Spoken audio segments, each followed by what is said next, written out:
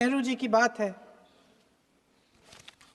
जितनी देर हमारे प्रधानमंत्री देश के प्रधानमंत्री रहे हैं, 12 साल हो गए हैं, लगभग उतने ही सालों के लिए जवाहरलाल नेहरू जी जेल में रहे। किस लिए? इस देश की आज़ादी के लिए। सुन लीजिए, बाकी भी भेज देंगे। पंडित जवाहरलाल नेहरू इस देश के लिए जिए और देश की सेवा करते करते उन्होंने दम तोड़ा। फिर भी सुन लीजिए, मेरी एक सलाह ले लीजिए। अब छोड़ना नहीं। सर, मैं आपके माध्यम से एक सलाह दे देती हूँ। हमारे प्रधानमंत्री महोदय 12 सालों से इस सदन में हैं, मैं मात्र 12 महीनों से हूँ। फिर भी छोटी सी सलाह है।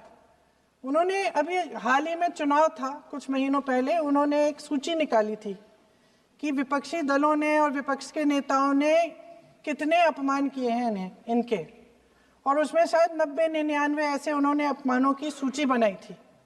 तो मैं उनको एक छोटी सलाह देना चाहती हूँ कि नेहरू जी से जितनी भी शिकायतें हैं, जितनी भी गलतियाँ उन्होंने की आपके जहन में, जितनी भी गालियाँ देनी है, जितना भी अपमान करना है, उसकी भी एक सूची बना दीजिए। नहीं, बात खत्म नहीं है।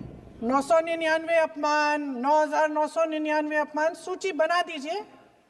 और फिर हम एक समय निर्धारित करते हैं। जैसे हमने 10 घंटे आज वंदे मातरम पर हमने बहस किया है ना, उस तरह से हम अध्यक्ष महोदय जी से पूछेंगे, एक समय निर्धारित करेंगे, 10 घंटे, 20 घंटे, 40 घंटे, जितने घंटों में आपकी ये शिकायत पूरी हो जाए। लेकिन इस सदन का कीमती समय, जिसके लिए हमें यहाँ पे जनता ने भेजा है, जैसे हमें जनता की समस्याओं को हल करने के लिए चर्चा करनी चाहिए, इस्तेमाल करना चाहिए, उसको इसी के लिए इस्तेमाल करिए। उसके बाद जैसे अंग्रेजी में कहते हैं ना, जैसे अंग्रेजी